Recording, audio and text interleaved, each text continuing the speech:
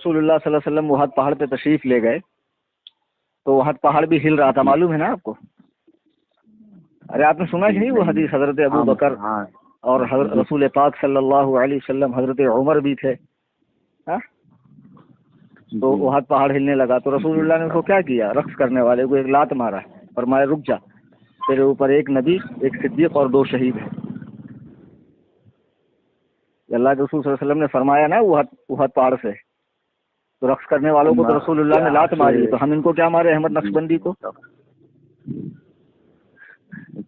بے شک سمجھ گیا، اشارہ سمجھ گیا میں آپ۔ ہاں تو پھر مجھے بتائیے نا، آپ جو کہہ رہے ہیں کہ رسول اللہ براق پر سوار ہوئے اور براق وجد کرنے لگا اور وہیں سے دلیل مل گئی ہے کہ رقص کیا جا سکتا ہے، تو میں پوچھتا ہوں براق انسان ہے یا جانور ہے؟ اور براق نے رقص کیا، اس کی کوئی ایک صحیح حدیث آپ مجھے لا کر دے دو، صحیح تو صحیح، میں ضعیف حدیث پر بھی مان لوں گا۔ سرکار دو عالم صلی اللہ علیہ وسلم کی شخصیت ایسی ہے کہ آپ ممبر پہ تشریف لاتے، لکڑی رونے لگتی، جہاں تشریف لے جاتے اس پر ہیبت طاری ہو جاتی۔ سرکار فرماتے وَنُصِرْتُ بِالرُّعْبِ وَمَسِيرَةَ الشَّهْرِ کہ اللہ نے میرا رعب 1 مہینے کی دوری تک ڈال دیا ہے۔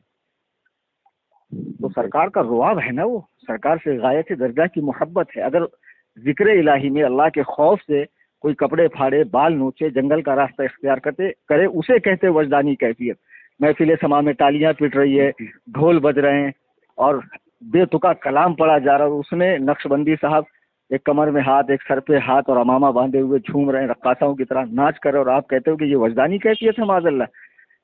اور ٹرکیوں کے صوفیوں سے دلیل پکڑنا ہی بیکار ہے۔ وہ لمبے لمبے فراک پہننے والے ٹرکی لوگ ایک مشت سے کم داڑھی رکھتے ہیں، حالانکہ حنفی المذہب ہیں وہ لوگ، تو ان سے دلیل پکڑنے کا ان سے دلیل کیسے پکڑی جائیں گی؟ جبکہ ہمارا دین متحقق دین ہے، ہر بات اس کے اندر موجود ہے، قرآن سے، سنت سے، اجماع سے، قیاس سے، کہیں سے تو دلیل لاؤ۔ اللہ کے رسول صلی اللہ علیہ وسلم نے جو فرمایا کہ تم ایسے ذکر کرو خدا کا کہ لوگ تمہیں دیوانہ کہیں یا پاگل، تو وہ ریاکاری کے زمرے میں نہیں آ سکتا۔ وہ اکیلے میں بیٹھ جاؤ، اللہ کا اتنا خوف غالب آ جائے کہ تم ذکر خدا میں ماں ہو جاؤ، وہ ایک الگ کیفیت ہوتی، وہ کیفیت اللہ والوں پہ طاری ہوتی تھی۔ حضرت غریب نواز کو 3 دن تک جو ہے آپ عالم ہوش میں نہیں آتے تھے، ایسی کیفیت طاری ہوتی تھی، معلوم ہے آپ کو؟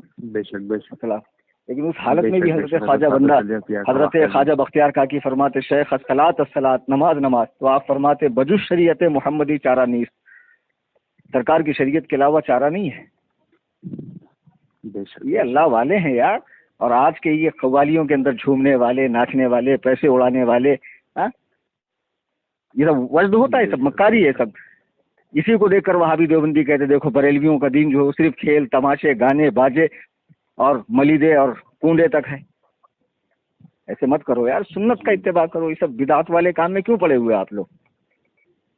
بے شک بے شک۔ کوئی بات اعلیٰ حضرت نے فرما دی تو اعلیٰ حضرت اس لیے چڑھتے ہیں کہ اعلیٰ حضرت نے بزرگوں کے اقوال نقل فرمائے، اللہ کے بندے۔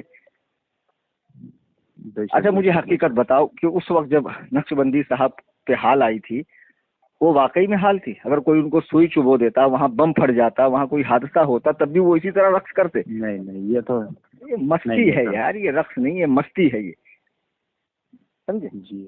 اور ایسی مستی اللہ والوں پہ نہیں آتی۔ ہوتی کیا ہے جی مفتی صاحب بھی، ہم کو سب سے پہلی چیز کیا ہے، بچپن سے ہم لوگ وندنا سرکار کی جو ہے محفل سما میں بیٹھتے ہیں نا، تو اکثر لوگ یہ چیز کرتے ہیں، تو ہم لوگ اس کو دیکھتے رہتے ہیں، تو آپ بہت بڑی بارگاہ میں رہتے ہیں، سرکار مالدہ نواز بہت بڑے بزرگ ہیں، میں کئی بار حاضری دی میں نے ان کی بارگاہ میں، اور حاضری بھی میں مسنون طریقے پہ دیتا ہوں جیسے اعلیٰ حضرت نے فرمایا۔ ان کی کتاب پڑھی ہے آداب المریدین، اس میں جو انہوں نے بخیا ادھیڑی نا ان نالائق پیروں کی، ان نکمے فقیروں کی، ان ڈھونگیوں کی، سچا سالک کیسا ہوتا ہے، سچا مجذوب کیسا ہوتا ہے، خدا کے راستے میں چلنے والے کی حالت کیا ہوتی ہے۔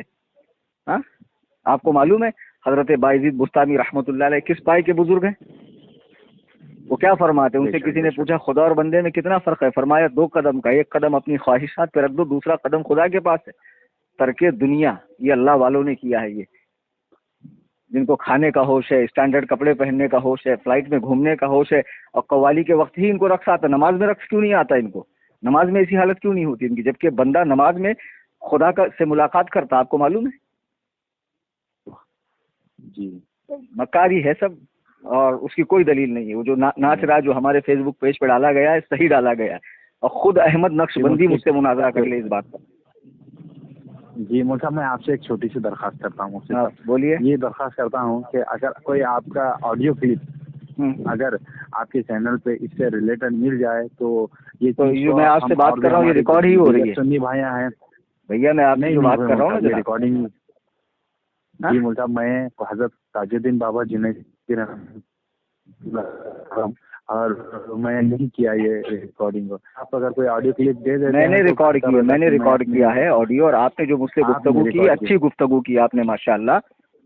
جی مول صاحب. اور میں جی نے مول بھی صاحب آدھے اگر کے یہ بعد ریکارڈ چیزیں کیا، اگر مل آدھا تو چھوٹ سکتی گیا. ہے ایسا. ارے مول صاحب اگر مکمل اگر یہ مل سکتی تھی، اگر تو اسی لوگوں لیے کو کچھ ہمارے باتیں بھائیوں دہرا تک دی ہے میں اگر نے، یہ کچھ علم باتیں پہنچتا دہرا تو دی بہت ہے میں اچھی نے، ہوتی. کچھ باتیں دہرا دی ہے، اور انشاءاللہ الرحمن اس پر میری باقاعدہ کتاب لکھوں گا میں وقت ملتے ہی. سمجھے؟